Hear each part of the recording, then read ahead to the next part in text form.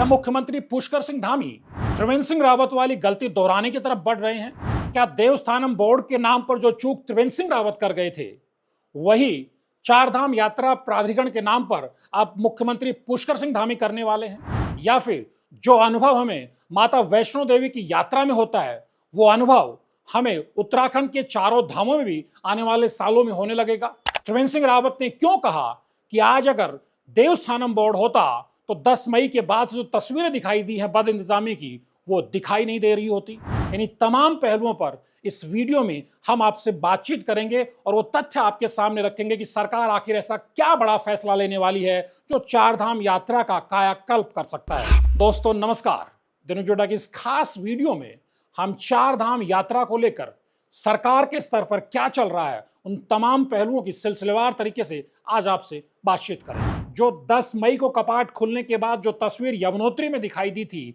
या उसके बाद केदारनाथ में जो तस्वीर दिखाई दी, वैसी तस्वीर अब दोबारा दिखाई नहीं देगी। हालात बेहतर होंगे और बहुत जल्द धामी सरकार बड़ा फैसला लेने वाली है।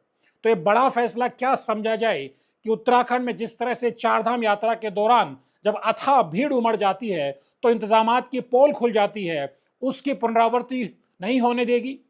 खुद मुख्यमंत्री पुष्कर सिंह धामी ने ऐलान किया है कि जल्द ही राज्य सरकार एक चारधाम यात्रा का प्राधिकरण लेकर के आएगी जो सारे इंतजामात को देखेगा। यानी कि यह प्राधिकरण एक तरह से सिंगल विंडो विभाग होगा जो पूरे जो उत्तराखंड में चारधाम यात्रा के इंतजाम, व्यवस्था, तैयारियों से लेकर के हर तरह की जवाबदेही इसी प्राधिकरण की होने वाली है। इसी बीच ये चर्चा भी उठ गई कि क्या ये जो चारधाम यात्रा प्राधिकरण है, जिसको लेकर के धामी सरकार बड़ा दावा कर रही कि इसके बाद इंतजामात बेहतर होंगे और जो श्रद्धालु देश दुनिया से आते हैं उनको अच्छा अनुभव उत्तराखंड में होगा, क्या ये जो त्रिवेंद्र सिंह रावत सरकार जो 2019 में देवस्थानम बोर्ड लेकर के आई थी, उसी की तर्ज पर एक नए स्वरूप और नए कलेवर और तेवर में होगा?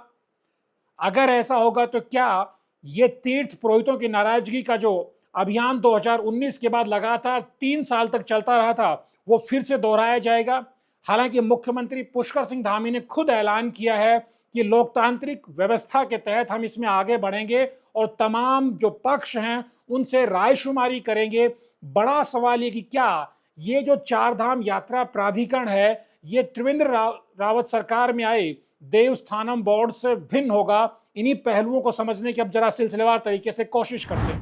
त्रिवेंद्र सिंह रावत सरकार 2019 में चारों धामों के साथ साथ कुल 51 मंदिरों की व्यवस्था, यात्रा इंतजामात और तमाम तरह की गतिविधियों के संचालन को लेकर के एक श्राइन बोर्ड का कॉन्सेप्ट लेकर के आती है। 27 नवंबर 2019 को त्रिवेंद्र सरकार ने कैबिनेट से उत्तराखंड चारधाम देवस्थानम प्रबंधन अधिनियम 2019 को मंजूरी दी थी।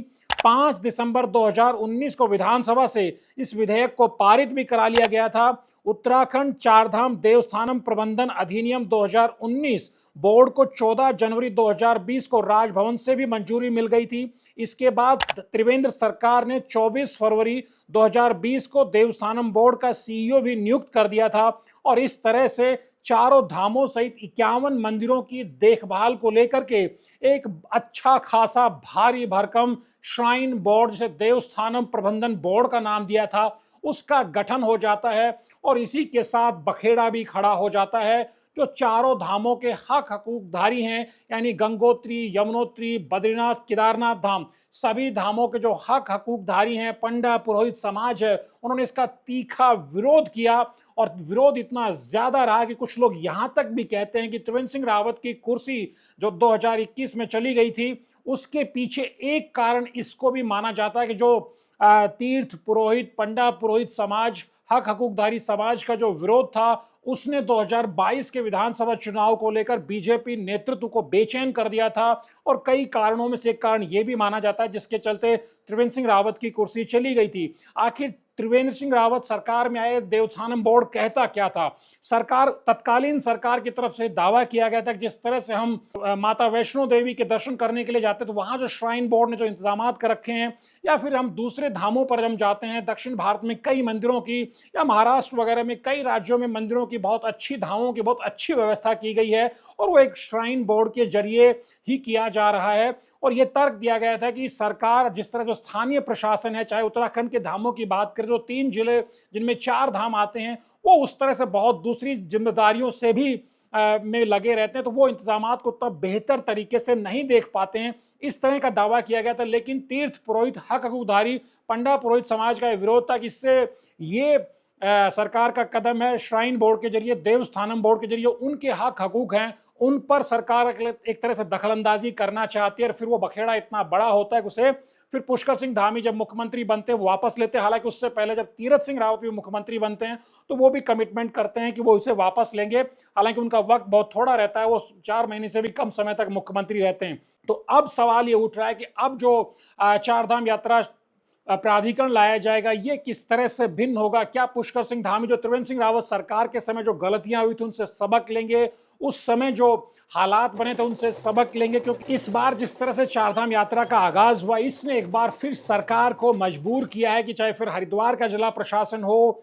या फिर देहरादून, टिहरी, पौड़ी, रुद्रप्रयाग, उत्तरकाशी, सामान्य स्तर पर जिस तरह जिला प्रशासन काम करता है, पुलिस प्रशासन काम करता है, और जब हजारों की लाखों की तादाद में श्रद्धालु उमड़ पड़ते हैं तो उनके मैनेजमेंट के लिए खास तरह की मशीनरी, एक तंत्र, एक प्राधिकरण बनना चाहिए।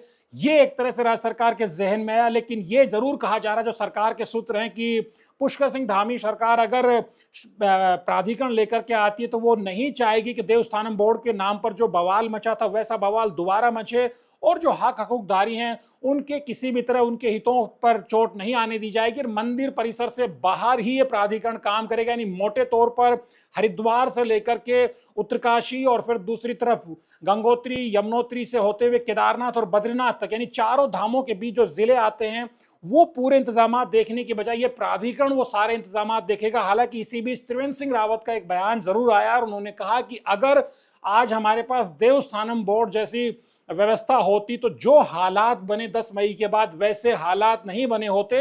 और त्रिवेंद्र सिंह रावत ने यह भी कहा कि उन्होंने 2025 के इसी आंकड़े को जहन में रखा था कि 2025 तक 4 धाम यात्रा में जिस तरह से प्रधानमंत्री नरेंद्र मोदी के नेतृत्व में जो बेहतर व्यवस्था बनी है, उसके बाद सालाना 1 करोड़ के आसपास श्रद्धालु आने लगेंगे, तो उनके इंतजाम के लिए खास व्यवस्था होनी चाहिए।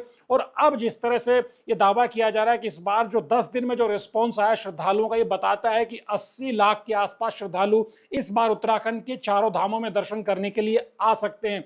बड़ा सवाल ये कि इस तरह की जो इनिशिएटिव होता है, जो नई पहल होती है, उसको लेकर के जो तमाम जो स्टेक होल्डर्स है उनको कॉन्फिडेंस में लेना बहुत जरूरी है। क्योंकि तीर्थ पुरोहित, पंडा पुरोहित समाज में मैसेज चला गया कि धामी सरकार त्रिवेंद्र सरकार की बाहर की तरह ही एक नए स्वरूप में, नए कलेवर और तेवर में, एक नए अंदाज में, नई पैकिंग के साथ जो उनके हक हैं, उनके हकों में हस्तक्षेप करने की रणनीति के तहत कोई बड़ा ब्यूरोक्रेट, कोई बड़ा बाबू उनके ऊपर बिठाने की कोशिश कर रही है। तो इससे चीजें बिगड़ भी सकती हैं ये। लेकिन जरूरी ये है कि एक ऐसी व्यवस्था, एक ऐसी बॉडी, एक ऐसा सिंगल विंडो सिस्टम बनाना ही चाहिए। क्योंकि जिस तरह हमने देखा है कि जो जिलों के जो प्रशासन होते हैं उनके पास बहुत सारे अपने काम होते हैं। इस बार हमने देखा कि जब पुष्कर सिंह धामी ने, मुख्यमंत्री ने तमाम मशीनरी के पेच कसे तो डीजीपी अभिनव कुमार भी धामों की तरफ दौड़ते हुए नजर आए, वरना वो भी देहरादून से बैठकर ऑर्डर दे रहे थे। और जो दूसरे सचिव थे वो भी अपने विभागों से बैठ करके ही चीजों को देख रहे थे। उसके बाद वो भी ग्राउंड जीरो पर उतरकर हालात की बेहतरी के प्रयास करते नजर आए। तो ये एक तरह से क्या हर बार मुख्यमंत्री को ही पेच कसने पड़ेंगे, नौकरशाही और प्रशासन, पुलिस प्रशासन के, उसके बाद भागा दौड़ी होगी, उसके बाद मेहनत होगी?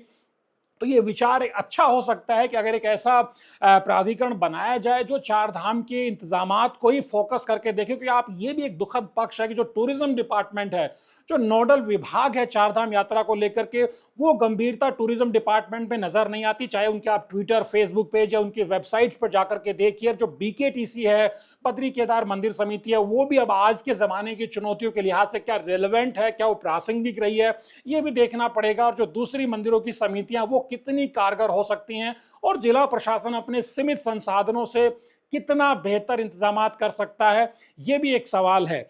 इसके अलावा सबसे बड़ी बात यह कि अगर एक ऐसा प्राधिकरण, एक ऐसी अथॉरिटी बनती है जो सिंगल हैंडेडली चारधाम यात्रा इंतजामात को लेकर के 6 महीने तक काम करती है, और उसके बाद जब अगले 6 महीने जब आते हैं तो तैयारियां करके योजना के स्तर पर, रणनीति के स्तर पर अपने को एक प्रिपेयर कर लेती है, तो बेहतर इंतजाम देखने को मिल सकते हैं। और फिर जो श्रद्धालुओं की शिकायत है उसको भी दूर किया जा सकता है। आज श्रद्धालु कोई ऋषिकेश में अटक जाता है, कोई हरिद्वार में अटक जाता है, कोई ऊपर पहाड़ के जो चारधाम के मार्ग रूट है वहां पे अटक जाते हैं, और फिर हमें 31 मई तक जो ऑफलाइन रजिस्ट्रेशन उसको रोकना पड़ता है। हम जानते हैं कि ऑनलाइन रजिस्ट्रेशन में तो जून तक की का कोटा पूरा है। यानी रिस्पांस श्रद्धालुओं का बहुत अच्छा है, लेकिन प्रशासनिक मशीनरी के स्तर पर उस तरह का रिस्पांस नहीं आया। इसलिए बेहतर है कि अगर इस तरह की कोई अथॉरिटी बनती है तो, लेकिन हमें देखना पड़ेगा कि कहीं पेंडोरा बॉक्स 2019 की तरह, त्रिवेंद्र सरकार के समय जो देवस्थानम बोर्ड पर जो बखेड़ा खड़ा हुआ था, वैसा बखेड़ा, वैसी चिंगारी इस यात्रा प्राधिकरण के बहाने फिरने खड़ी हो जाए। द न्यूज़ अड्डा के वीडियोज को लाइक कीजिए, शेयर कीजिए और चैनल को सब्सक्राइब करना मत भूलिए। नमस्कार।